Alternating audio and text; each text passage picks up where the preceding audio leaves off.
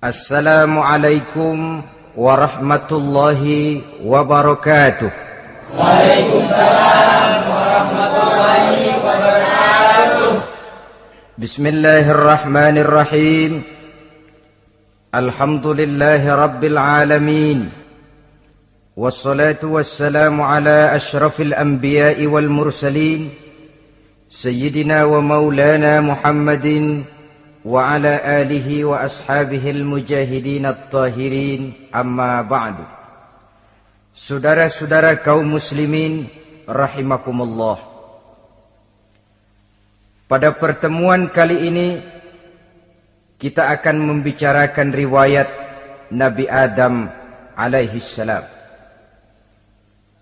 Nabi Adam diciptakan oleh Allah dari tanah dan merupakan manusia pertama serta bapa dari seluruh umat manusia. Pada saat Allah hendak menciptakan Nabi Adam, Allah berkata kepada malaikat, "Inni ja'ilun fil ardi khalifah." Aku akan menjadikan seorang khalifah di permukaan bumi. Malaikat dengan nada sedikit protes berkata,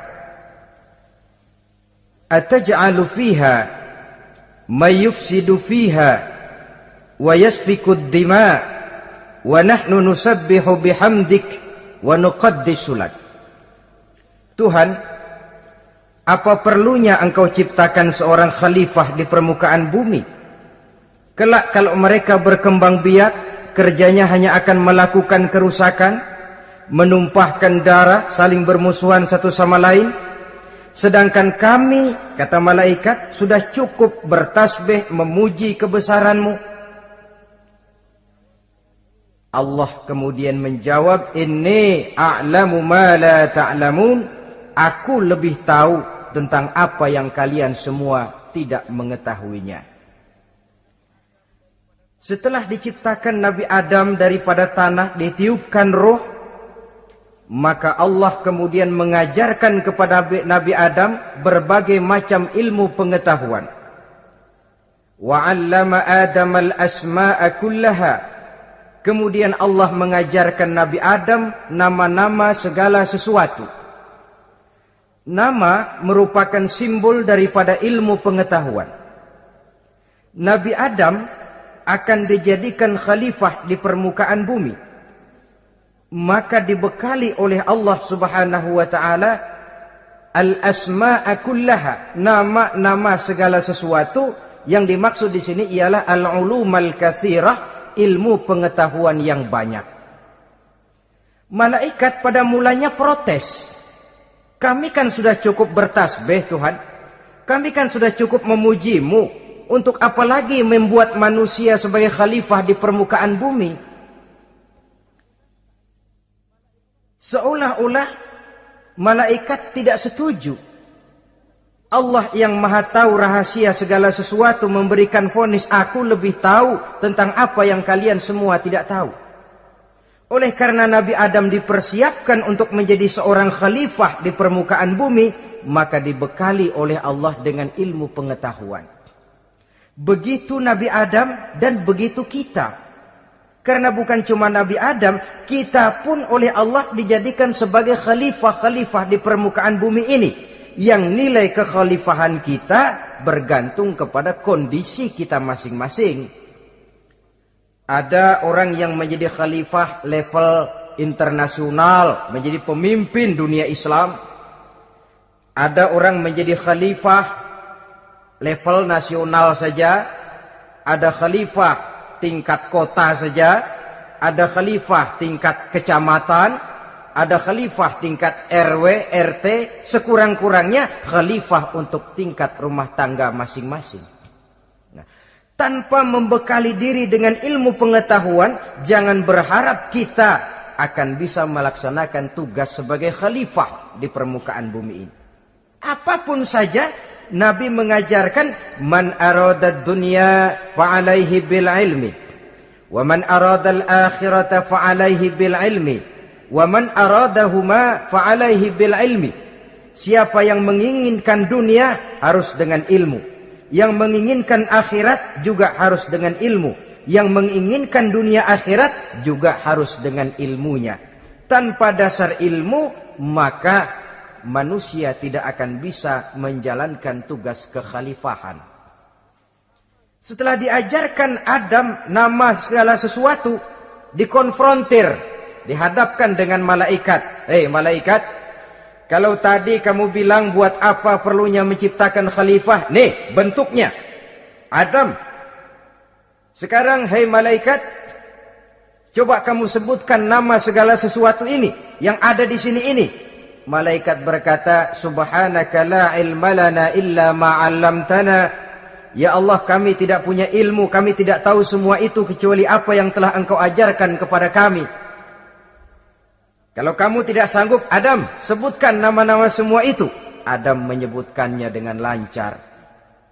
Ketika itulah Allah memerintahkan malaikat untuk sujud kepada Nabi Adam alaihi salam. Sujud di sini bukan sujudul ibadah, sebab sujud ibadah kepada yang selain Allah haram. Tapi sujud di sini sujudut tawadhu' i'tirafan bi fadli Adam.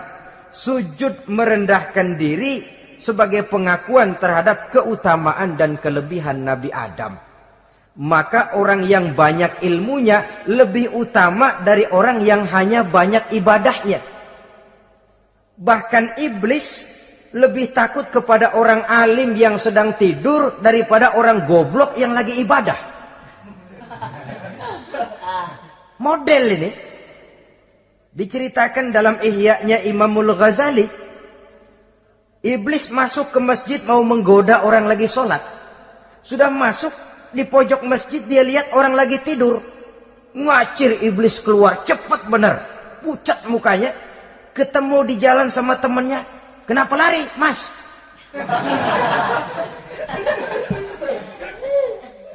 Kata temannya, saya mau goda orang sholat.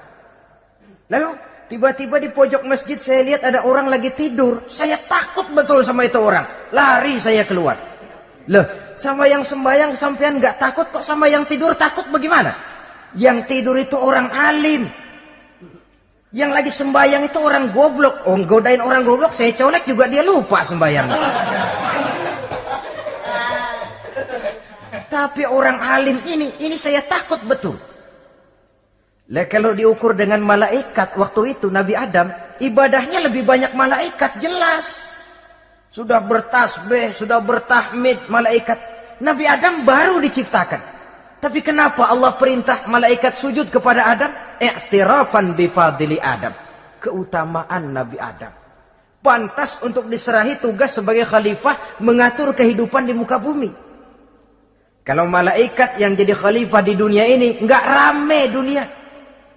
Coba malaikat, material, harta nggak perlu, seksual nggak perlu. Dunia ini hambar. Justru dunia ini menjadi ramai setelah manusia diberikan fungsi sebagai malaikat, sebagai khalifah oleh Allah Subhanahu wa taala. Saudara-saudara kaum muslimin rahimakumullah, setelah nyata kelebihan Nabi Adam, maka Allah perintahkan Nabi Adam tinggal di surga dengan segala kenikmatan yang ada di dalamnya.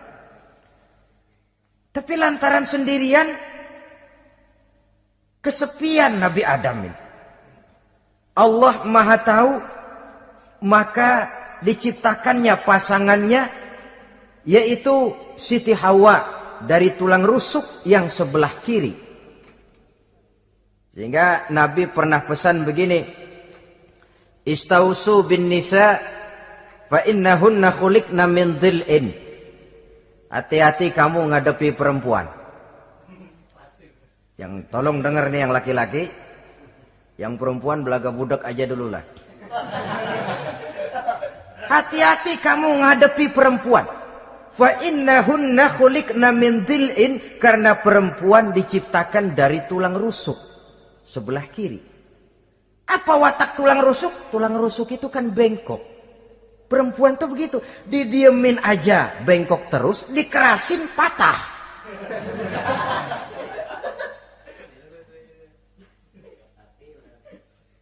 Saudara-saudara, di sini kita ambil satu hikmah bahwa ternyata yang bikin hidup terasa enak karena di sekitar kita banyak orang lain. Bodoh manusia kalau dia merasa bisa hidup sendirian. Tinggal di tengah kampung tapi gayanya gaya orang tidak mau kenal dan tidak mau tahu sama tetangga. Jangankan di dunia, di sorga saja Nabi Adam karena sendiri kesepian. Apa saudara mau tinggal di Jakarta? Apa saja di Jakarta sudahlah milik saudara. Hotel Indonesia dikasih saudara, Hotel Borobudur punya saudara, Monas buntel bawa pulang. Semanggi ambil, tapi di Jakarta saudara tinggal sendirian. Kira-kira enak nggak? Ternyata yang bikin hidup terasa nikmat karena di sekitar kita banyak orang lain. Begitulah Allah ciptakan Siti Hawa. Setelah diciptakan Siti Hawa, natur manusiawi. Nabi Adam mau main pegang aja. Kata Allah, hai Adam, jangan kau sentuh sebelum kau bayar maharnya. Maharnya apa ya Allah? Maharnya antusalliya ala Muhammadin sallallahu alaihi wasallam. Maharnya kau bersolawat kepada Nabi Muhammad. Manusianya belum lagi diciptakan tapi namanya sudah ada. Nurnya sudah ada. Bahkan dijadikan mas kawin antara Adam dengan Hawa. Karena itu dalam Islam sebenarnya urusan kawin itu bukan yang sulit. Maka jangan dipersulit. Tapi juga jangan digampang-gampangin.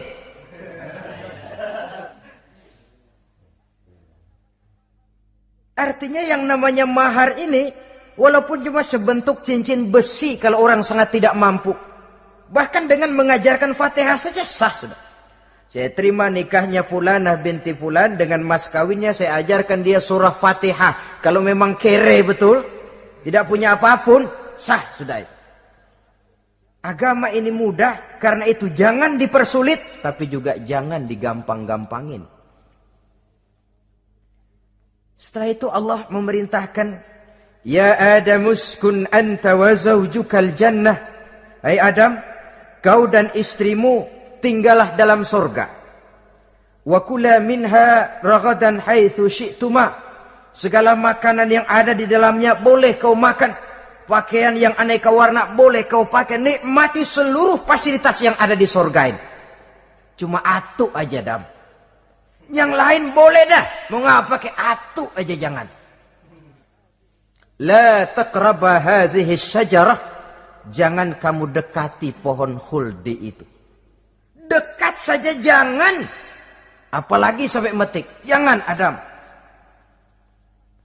Saudara, ma'asyiral muslimin, itulah watak manusia. Kalau ada 10 persoalan, yang 9 boleh, yang 1 tidak boleh, yang tidak boleh yang bikin dia penasaran. Gua pengen tahu ngapa kagak boleh sih. Timbul penasaran. Apalagi iblis selalu berusaha. Sebab pada waktu malaikat disuruh sujud, semuanya sujud kepada Adam. Iblis tidak mau sujud. Tuhan tegur. Iblis, kenapa kamu tidak mau sujud? Mana mungkin Tuhan. Saya kan dibikin dari api, kata iblis. Adam dari tanah. Unsur api lebih mulia dari unsur tanah. Masa saya harus tunduk kepada Nabi Adam? Gengsi dong. Adam kan anak kemarin sore, baru dibikin. Masa saya harus tunduk kepada orang yang macam itu? Ini kan perintah aku iblis. Kalau kau tidak mau tunduk, keluar dari sorga ini. Terusir iblis dari sorga karena kesombongannya tidak mau sujud kepada Adam. Nah, logika, kalau udah di sorga aja sombong diusir, apalagi yang masih tinggal di pinggir kali sombong.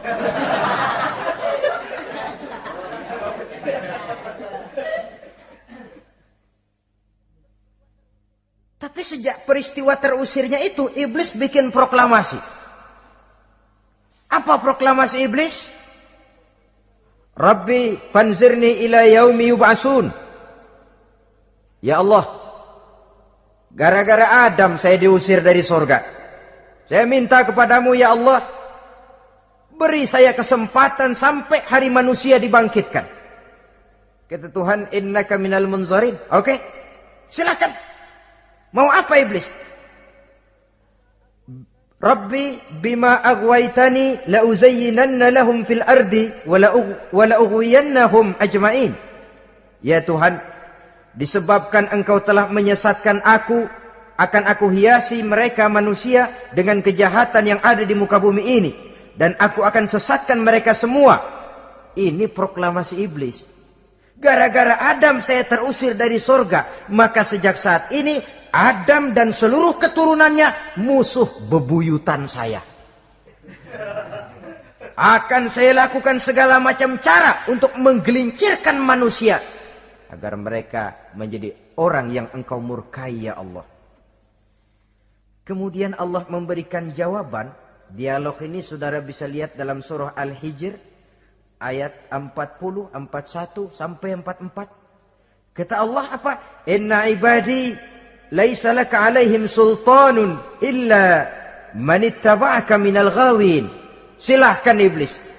Yang lain barangkali bisa kau goda. Kecuali hamba-hambaku yang benar-benar hambaku, engkau tidak akan punya daya mempertipu mereka. Engkau tidak akan punya kemampuan menggelincirkan mereka. Kecuali kalau memang mereka sudah mau ikut pengaruhmu. Sepanjang mereka benar-benar menjadi hambaku, kata Allah. Hamba Allah yang sebenarnya, mereka di luar kekuasaanmu iblis. Tapi kalau mereka sudah turun menjadi hamba harta, hamba dunia, hamba pangkat, budak jabatan, mereka itu yang bisa kau gelincirkan. Selama mereka masih tetap sebagai hambaku, kata Allah, mereka di luar jangkauan kekuatan dan kekuasaanmu iblis. Nah, sejak saat itu kan iblis selalu nyari jalan, nyari lantaran bagaimana Adam nih supaya dia tergelincir. Gara-gara dia saya diusir dari surga. Nguping terus iblis.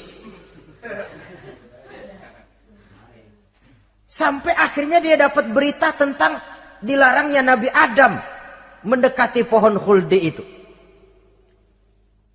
Satu hari dengan muka sedih. Ya, iblis itu the best actor. Aktor ulung dia.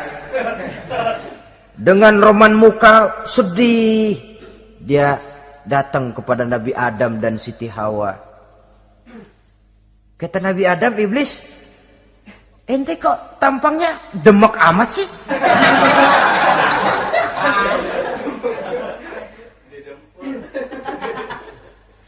Kenapa begitu sedih? Adam, saya sebenarnya tidak ada yang bikin saya sedih. Cuma saya dapat berita bahwa engkau tidak akan selamanya di dalam surga ini. Wah Adam, kalau engkau bisa tetap tinggal di surga bersama istrimu, alangkah bahagianya saya, kata iblis. Tapi saya dapat kabar ente nggak bakalan lama-lama di surga. Buktinya ente dilarang makan buah khuldi. Khuldun artinya kekal. Kalau kau makan buah itu, kau akan kekal di surga Adam. Tuhan gak pengen, makanya dilarang. Wa qasamahuma inni lakuma laminan nasihin. Untuk memperkuat omongannya, sumpah si iblis. Bener Dam, saya sih ngomong cuma buat kepentingan ente. Saya sayang sama ente. Oh, yang tahu cuma saya dah. Bicaranya seolah-olah untuk kepentingan Nabi Adam. Sebenarnya tujuannya tidak lebih menjerumuskan Nabi Adam. Begitu iblis zaman dulu, zaman Adam. Dan begitu iblis zaman sekarang. Seolah-olah bicaranya untuk kepentingan umat Islam. Tapi sebenarnya tujuannya ngelecehin. Memperdayakan umat Islam. Dia bilang kepada Adam, saya sih cuma ngasih saran Adam, kalau ente pengen selamanya di surga, petik aja tuh buah. Pokoknya beres dah. Itu si Tuhan ngelarang ya bohongin doang lo. Supaya kau dan istrimu tidak lama-lama di surga, maka dilarangnya kau memakan buah khuldi itu. Udah, embat aja. Saudara-saudara, tipu daya iblis ini bisa kita baca dalam surah Al-A'raf ayat 20 sampai ayat 22. Nabi Adam tergoda, ditambah oleh bujuk rayu Siti Hawa. Nabi Adam yang setengah hati itu akhirnya terpancing betul. Sebab itu perempuan, walaupun peranannya tidak begitu kelihatan, tapi memang sangat menentukan. Tidak ada seorang suami bisa sukses jadi apapun dia tanpa peran serta istrinya. Karena itu sebagai muslim, kita punya teman hidup dan kita punya lawan hidup. Siapa teman hidup kita? Dalam arti sempit, teman hidup kita istri. Kalau dia istri tentu suami yang taat kepada Allah dan Rasulnya. Dalam arti luas, teman hidup kita ialah setiap muslim. Setiap orang yang pandangan hidupnya sama dengan kita. Itu teman hidup. Lalu lawan hidup kita siapa? Lawan hidup kita secara mutlak iblis dalam segala bentuknya. Iblis yang berbentuk halus, ini ngusirnya ada lebih gampang. Konon ya, iblis setan itu kalau dengar orang azan kan lari. Takut dia. Dibacakan bismillah, minggir. Yang sulit diusir ini iblis yang berbentuk manusia. Diazanin nyengir.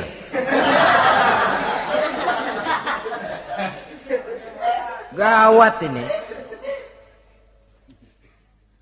Saudara-saudara, ini musuh dalam artian mutlak. Sedangkan musuh dalam artian ideologis, setiap orang yang pandangan hidupnya tidak sama dengan kita. Bahasa langsungnya, setiap orang di luar Islam secara ideologis, ya. Adapun secara manusiawi, kita tetap toleransi, saling menghormati, setuju dalam perbedaan pendapat, kembali kepada prinsip lakum dinukum. Kewajiban saling menghormati sesama manusia, tapi secara ideologis tidak ada kompromi. Begitulah Nabi Adam tergoda. Dan begitulah iblis selalu menggoda keturunan-keturunan Nabi Adam. Sampai kepada kita sekarang ini. Tiap kali kita hendak melakukan berbagai kebaikan, iblis ini mulai bisik, kasa, kusuk, kesek.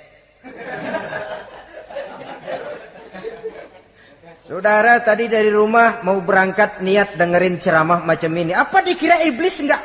Wah, gatal iblis. Kata iblis, alah jangan bertingkah lah dengerin ceramah. Ceramah mah urusan 70 ke atas. Ente masih muda. Berjuang kita. Jihad, bismillah. Tidak, saya mau dengar ceramah. Berangkat kita ke tempat ini. Sampai di sini apa dikira iblis diam? Enggak. Dia bisikin lagi. Iya, lo hadir ke sono dah. Cuma nyampe sono lo ngomong aja ngomong dah. Ustadz mah jangan didengerin, ngomong aja udah. Perang lagi jihad, saya nggak mau ngomong, mau dengerin betul-betul. Kata iblis, iya lo dengerin dah, jangan ngomong, cuman pules.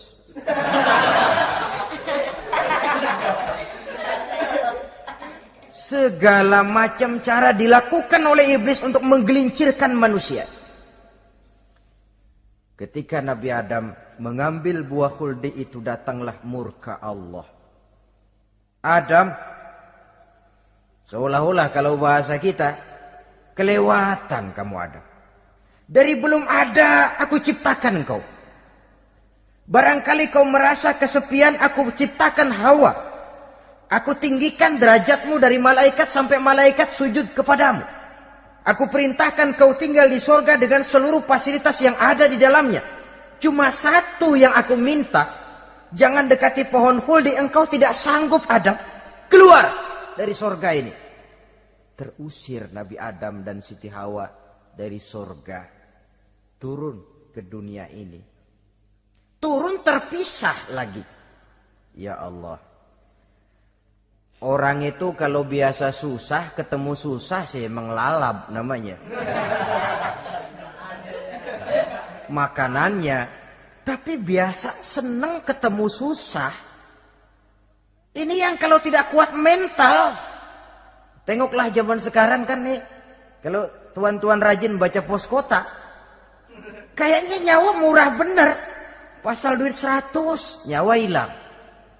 Pasal diputusin pacar, begon ditenggak.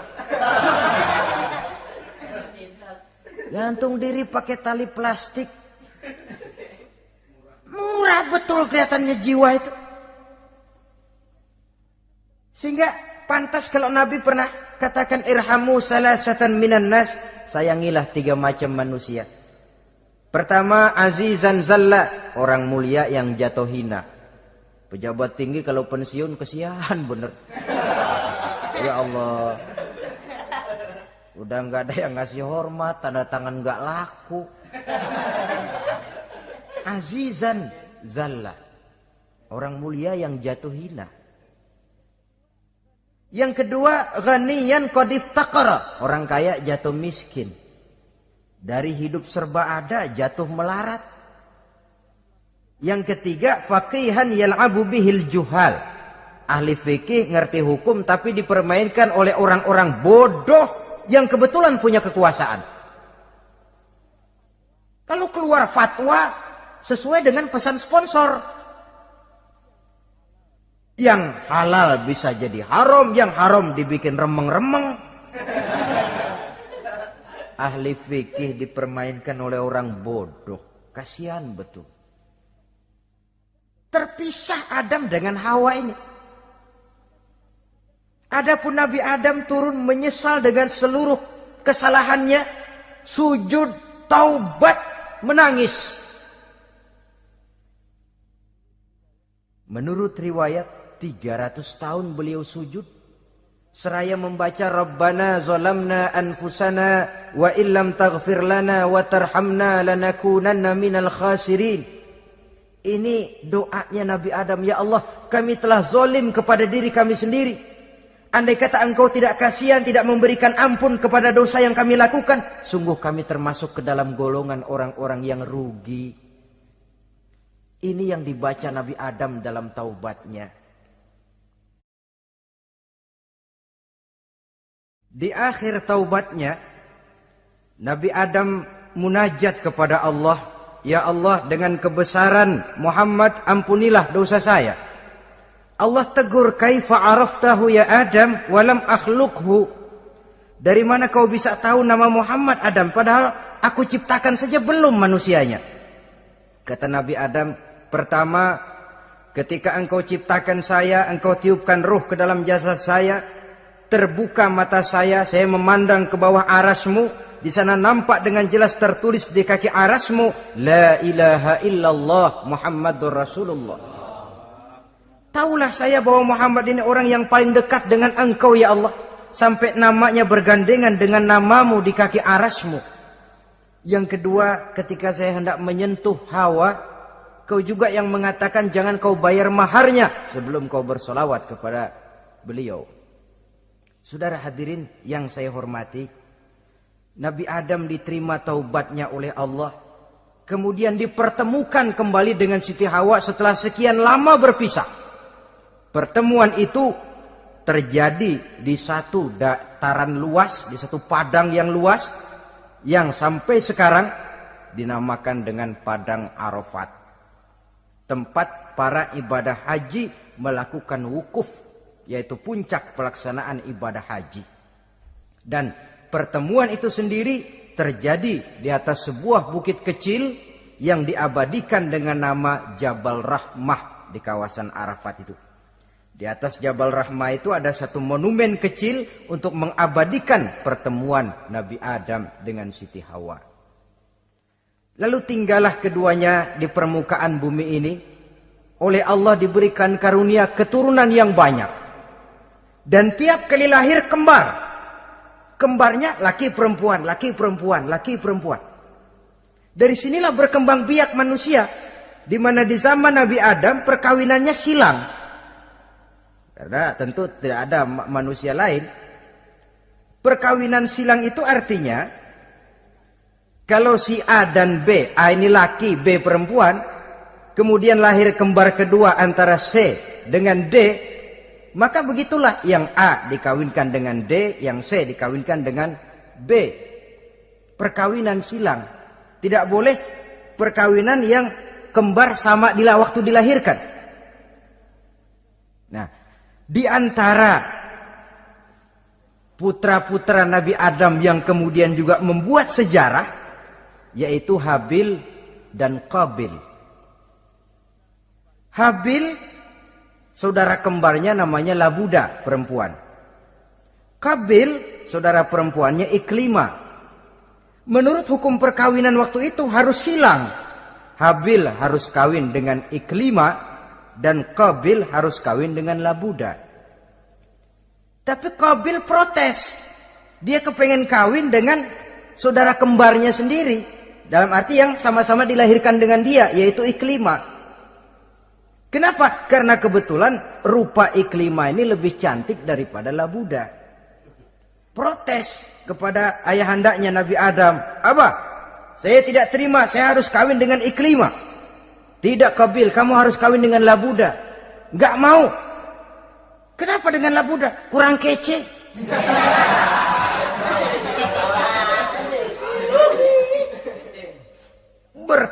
Bertengkar, Nabi Adam tidak berhasil menyelesaikan. Lalu diserahkan saja kepada Allah. Kata Allah begini saja, bikin korban.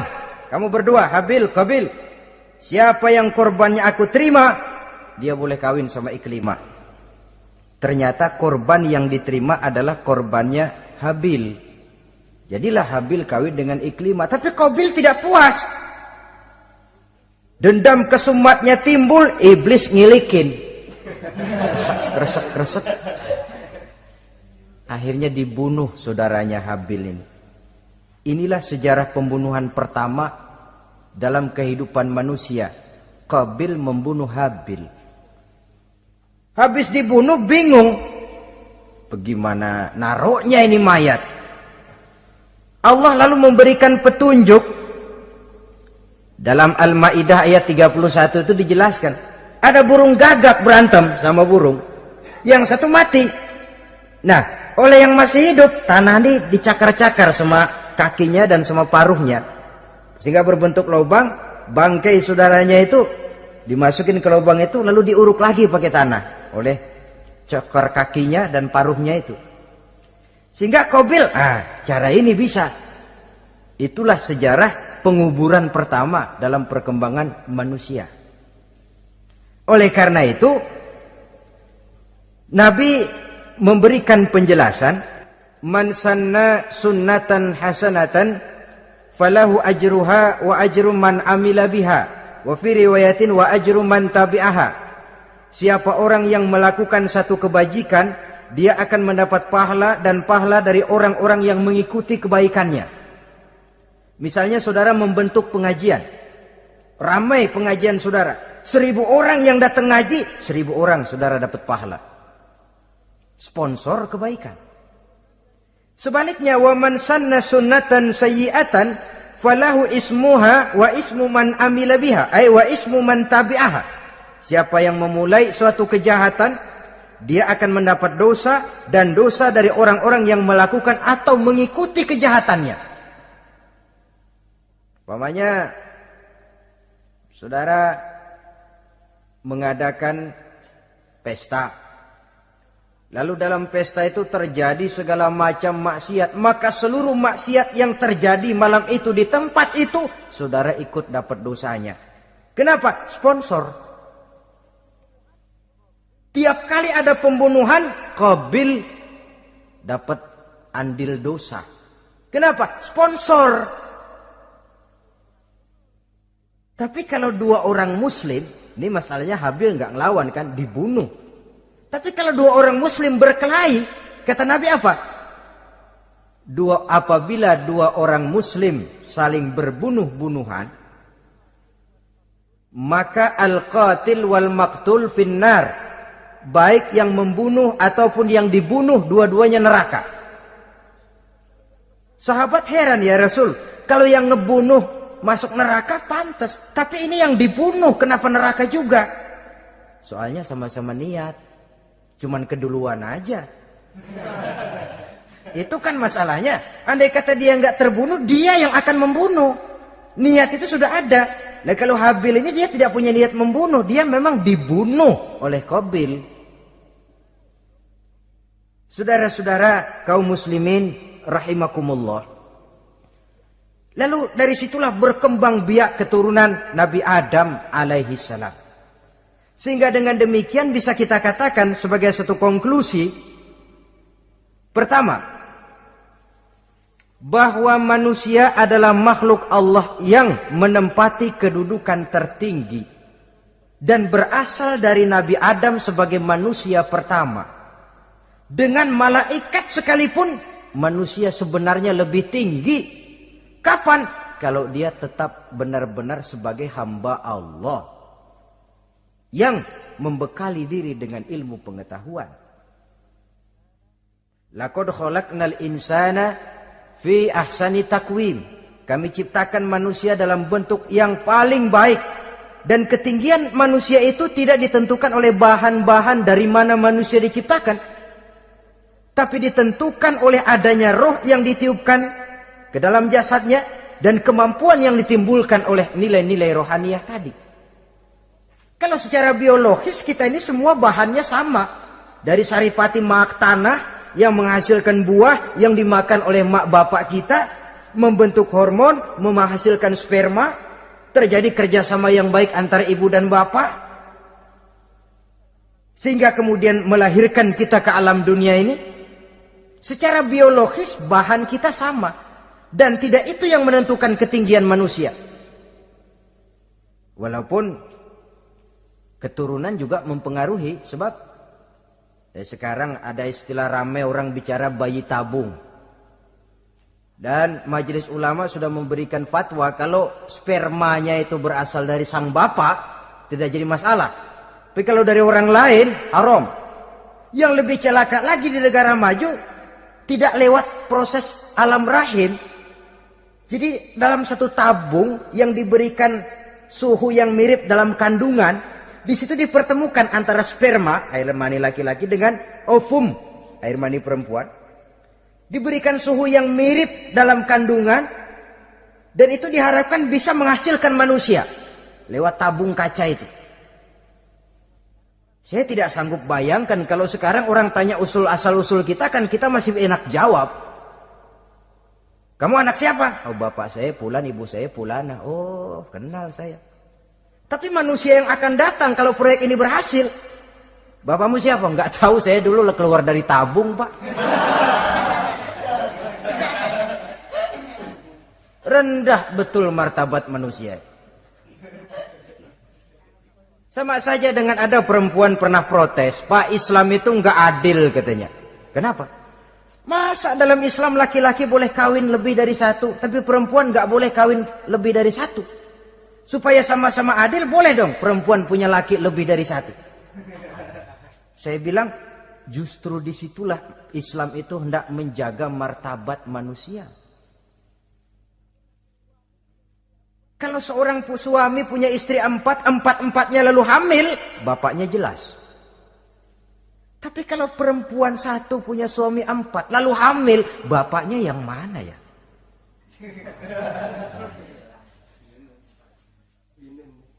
Rendah martabat manusia. Ketika si bayi lahir, ibunya lihat, ini jidatnya kayak si A ini. Sudah, ini anakmu saja nih, jidatnya jidat kamu. Kata, antar dulu jidat saya, tapi kuping B nih nggak mau saya. Terkatung-katung si anak tanpa tahu kemana dia mesti manggil bapak. Ibu daftarin anak ke sekolah, Pak Guru tanya lagi, ini bin siapa, Bu? Bingung lah, udah tulis Bu, bin rame-rame.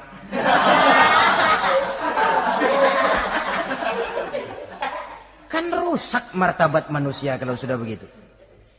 Justru Islam ini menjaga ketinggian martabat manusia.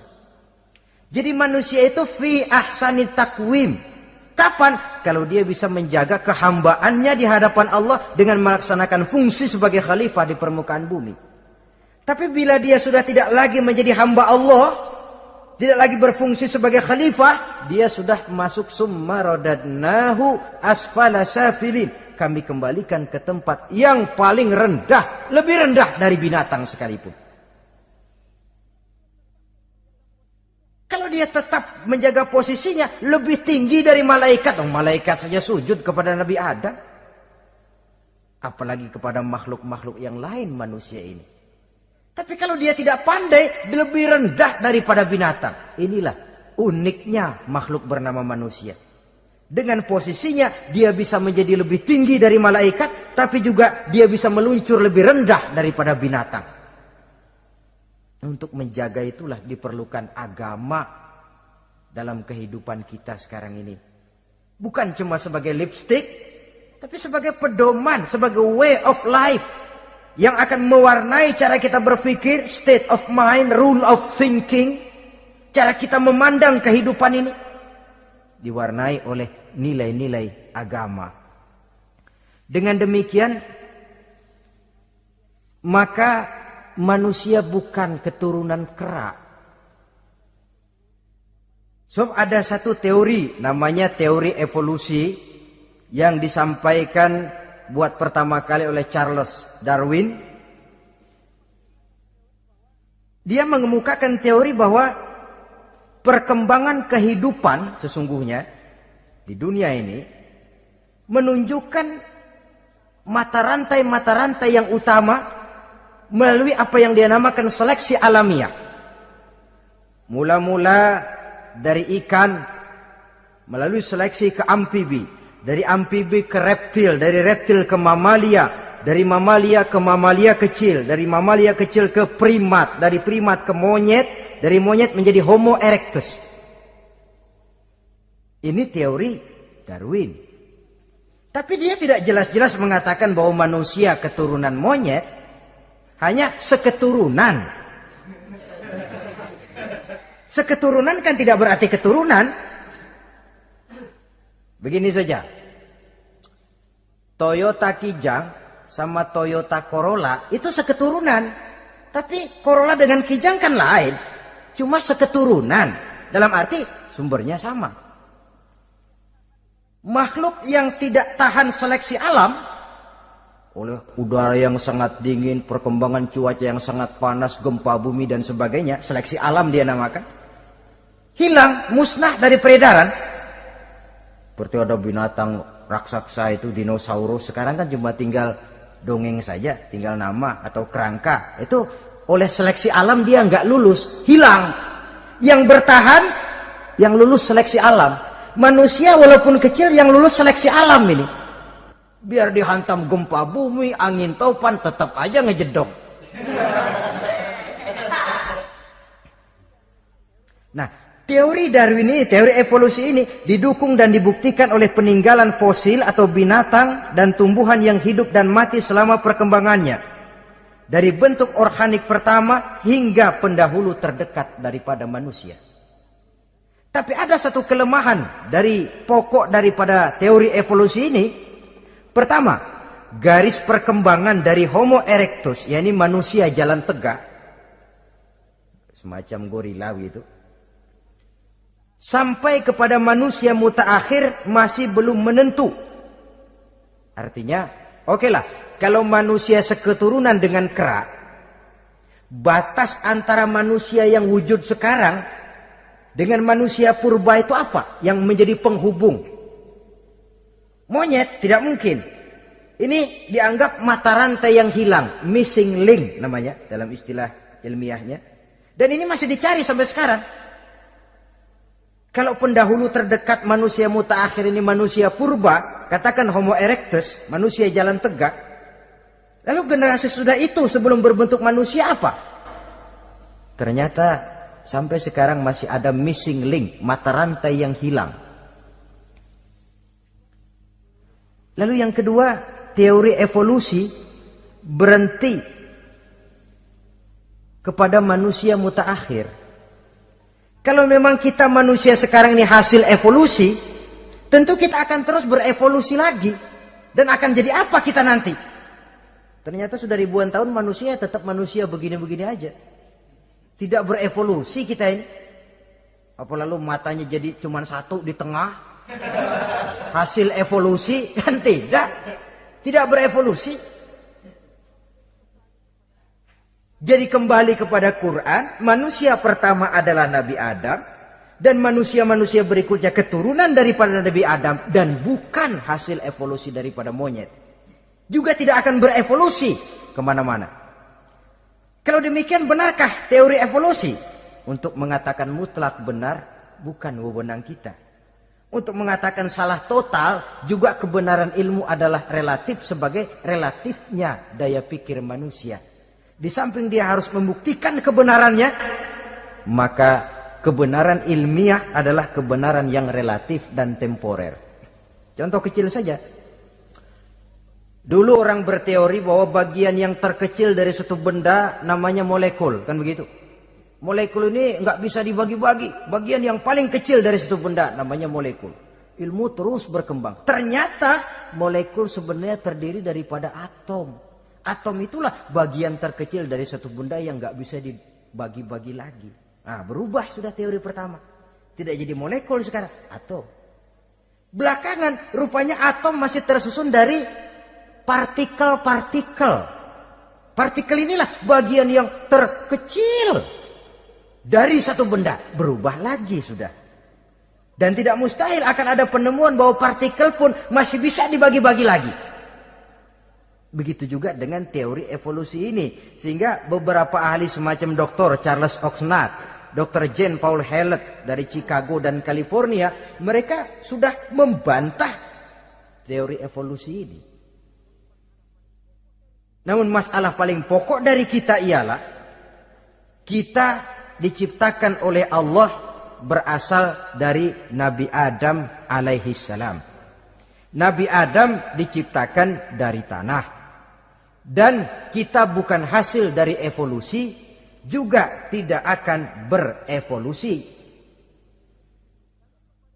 Nah, lalu kepada makhluk bernama manusia diberikan fungsi sebagai khalifah di permukaan bumi ini. Ini yang dulunya malaikat protes. Sebagai khalifah, tugas kita apa? Khalifah Allah di muka bumi. Menerjemahkan sifat Allah sesuai dengan batas-batas kemanusiaan kita.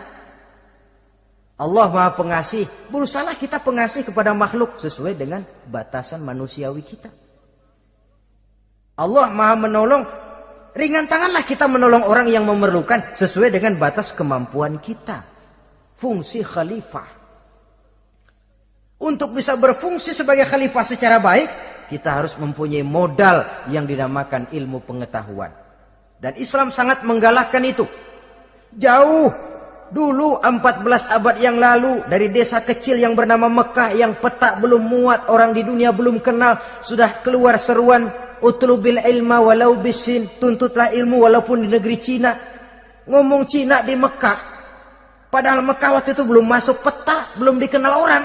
Sudah ada revolusi ilmu dan budaya. Belajar walaupun harus nyebrang ke negeri Cina. Lalu ada lagi misalnya allimu auladakumus sibahata warrimayah, kata Nabi. Ajarkan anakmu renang dan lempar lembing, lempar cakram, olahraga. Satu tanda Islam agama masa depan. 14 abad yang lalu di Saudi Arabia, Nabi mengajarkan ajari anakmu berenang. Kalau Islam agama untuk orang Arab saja, mau berenang di pasir. Tapi wawasan pandangannya luas. Bahwa Arab sebagian besar memang Islam, betul. Tapi Islam bukannya Arab, itu juga jelas. Sepanjang kita masih menjadi khalifah Allah, maka sepanjang itu kita fi ahsani taqwim. Nah, sebagai khalifah Allah kita bertugas membudidayakan alam ini. Kita kadang-kadang terlalu. Ada ayat, wa ma min dabatin fil ardi illa 'alallahi rizquha. Semua yang melata di muka bumi dijamin rezekinya oleh Allah. Ayat itu betul. Hak karena datang dari Allah. Bahwa rezeki disediakan di muka bumi memang. Tapi rezeki itu tidak turun begitu saja laksana jatuhnya embun di waktu pagi. Kita harus berusaha. Dan usaha manusia mencari rezeki lain dengan ayam. Kalau ayam dari tahun atu. Nyari rezekinya tuh modalnya cuma ceker patok. Coba. Dari tahun 1 ayam asal punya ceker, punya patok, sudah dapat rezeki dia. Nggak perlu masuk TK, SD, SMP. Tapi manusia cari rezeki, apalagi zaman sekarang. Persaingan hidup tajam, lapangan kerja sulit, tensi ekonomi tinggi. Masuk sekolah urusan, tamat sekolah urusan. Kadang-kadang dilema juga. Masuk perguruan tinggi negeri sulitnya setengah mati kayak onta masuk ke lubang jarum. Masuk perguruan tinggi swasta yang favorit biayanya selangit. Artinya tanpa membekali diri dengan ilmu, keahlian, skill, kemampuan, fungsi sebagai khalifah sulit untuk bisa kita laksanakan. Saudara-saudara kaum muslimin yang berbahagia. Kalau fungsi khalifah ini mampu kita laksanakan, iblis putus asa sudah. Sebagai khalifah di satu pihak kita menyembah hanya kepada Allah, di lain pihak kita membudidayakan alam ini. Ada apa sih di perut bumi? Minyak, gas, timah, emas. Ada apa sih di lautan? Pelajari lewat oceanografi, membudidayakan alam.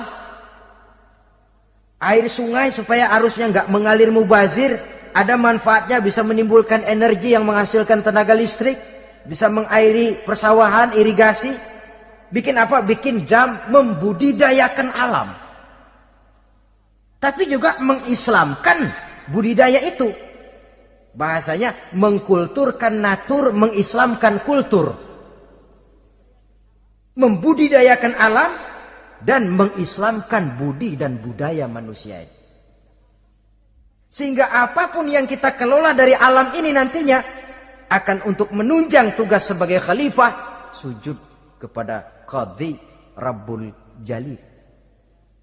Saudara-saudara, maka bersyukur kita oleh Allah dijadikan manusia. Tidak pesan, terima beres, cantik. Dari segi biologis maupun psikologis, tidak ada makhluk secantik manusia. Dibekali dengan agama di samping akal. Sehingga agama membimbing akal agar sampai kepada kebenaran yang hakiki. Kita sebagai keturunan Nabi Adam memegang fungsi khalifah. Jadi jangan main-main loh. Kita ini turunan Nabi, betul ini. Saudara-saudara yang hadir semua di depan saya ini, termasuk saya, kita gini, turunan Nabi kita ini. Nabi Adam.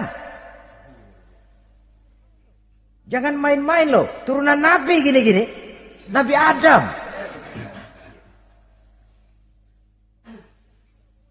Sayang kalau posisi yang tinggi kita tidak melaksanakan fungsi yang tinggi. Sayang betul. Sebab itu manusia harus adil kepada dirinya. Dalam arti menjaga diri dari sesuatu yang bisa menghancurkan ketinggiannya dalam pandangan Allah. Jadi kalau kita sudah lemparkan diri ke meja judi, hanyutkan diri ke tempat mabuk, hancurkan diri di tempat maksiat, itu sudah tidak adil kepada diri sendiri. Tidak bisa menjaga ketinggian yang diberikan Allah kepada kita. Dikasih baju bersih, dicemplungin di comberan, diinjek-injek lagi. Kita ini diciptakan fi ahsani taqwim. Masa mau turun berbuat seperti binatang, itu makhluk rendah? Masa mau mengikuti tipu dayanya iblis, yang dia sudah proklamasikan bahwa itu musuh bebuyutan kita? Innahu lakum aduwwum mubin. Setan musuhmu yang jelas dalam segala bentuknya. Saudara-saudara, nah, untuk berfungsi sebagai khalifah ini sekali lagi bekali diri dengan ilmu pengetahuan. Dan ilmu itu di zaman kita sekarang tentu kalau Nabi Adam diajari langsung oleh Allah, wa 'allama Adam al-asma'a kullaha.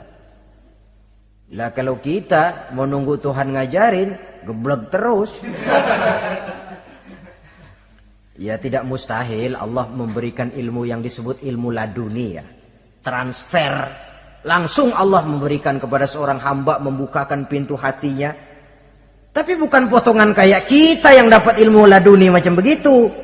Satu contoh, menurut ceritanya, Hadratus Syekh Kiai Hasyim Asy'ari itu kan ngaji beliau kepada Kiai Khalil Bangkalan, Madura. Kiai Khalil ini wali. 2 tahun berguru di sana, nggak diajarin apa-apa. Cuma kalau pagi nyari rumput. Tiap hari 2 tahun akhirnya Hadratus Syekh bilang, Kiai saya kapan diajari? Sudah Hasyim kau pulang saja, insya Allah kau alim. Itu aja pulang jadi orang alim. Ya di samping terus beliau belajar ke Mekah. Kita harus melalui proses belajar ini untuk menunjang tugas kekhalifahan kita sebagai hamba Allah dan sebagai khalifah Allah di permukaan bumi. Sehingga 2 tugas ini bisa kita laksanakan dengan sebaik-baiknya, menjaga martabat manusia sebagai makhluk yang mulia dan keturunan dari Nabi Adam alaihissalam. Saudara-saudara, ini sajalah pembicaraan kita kali ini. Terima kasih banyak atas segala perhatian. Mohon maaf atas segala kekurangan. Usikum wa nafsi bitaqwallah. Aqulu qauli hadza. Wassalamu alaikum warahmatullahi wabarakatuh.